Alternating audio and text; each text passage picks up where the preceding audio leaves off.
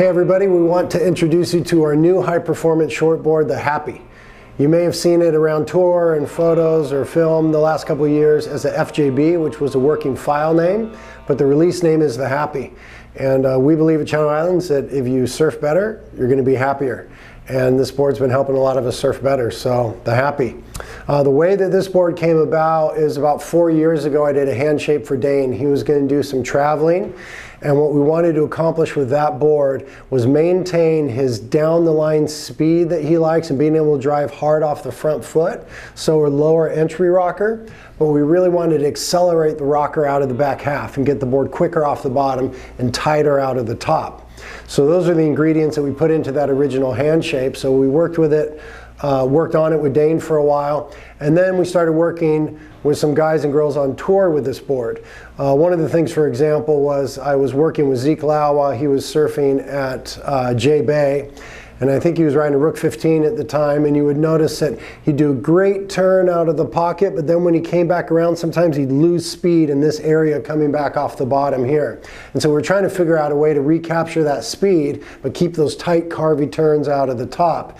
And I remembered this rocker in this shape that I've been working on with Dane. So I started working on it with Zeke and some others, and what it brought to their surfing immediately was more down the line speed. More push and flow off the front foot, but also maintaining a lot of sensitivity, quickness, and tight turning off the back. So the way that we do that is we've got this fairly low entry rocker in the front. It's not super low. It's not like as low as the black and white was, but it's a little bit lower than the Fever. And then when we get to this area of the board here, just before the fins, it breaks and the rocker gets pretty extreme off the back of the board here, more than the Fever, for example, just about as much as any short board that we have. But because it's so fast in the front half and it's got such an efficient engine right here, it doesn't lose speed with all the rocker out the back. It just makes it really maneuverable and again, quick and responsive and tight off the bottom and off the top. The other thing that adds to that are the concaves and the way that it all flows together here. We've got a single concave through the middle of the board, and then as that single concave gets to the fin area, there's a slight double concave in here between the fins, kind of like my dad's old triplane hulls. And the concave kind of cups a bit toward the rail right here. So what this double concave does with the extreme rocker is just creates a board that feels really loose off the tail and responsive. I describe it as a ball bearing feeling.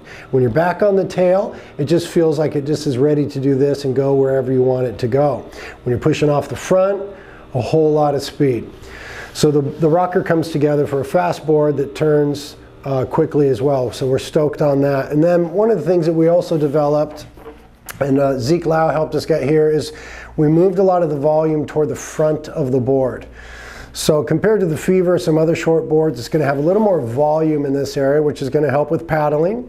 It's a great paddling board, but also again, when you're driving off the front foot with this flatter rocker and a little bit of volume up here, you get a really good projection and a solid feel that pushes back when you push off of it. But then it's thinner in the back part than most of our short boards. So you can see that the tail of this board is pretty thin, which in conjunction with the concaves back there and the rocker also helps create that super sensitivity and that high performance feel. It's got a thin rail, a little thinner than our current short board, but just a nice rail, but it's not super full. The other thing about this board is it works great as a step up. We've been riding it as round pins in a lot of different waves, 2 inches bigger, 3 inches bigger, 4 inches bigger than your short board.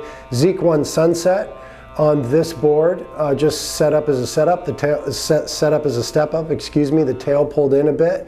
He was riding a 6.6 and a 6.9 at Sunset when he won there. So it's a really versatile all-around board. Works great in small waves, fun waves, good waves. It's a great traveling board if you're going on a trip to Indo or somewhere like that and you just want one board or 1 or 2 boards. Get this in a squash and then a round pin a couple inches bigger, and you're going to cover all your bases. So we are super happy with the Happy, and we think you will be too. Surf better, be happy.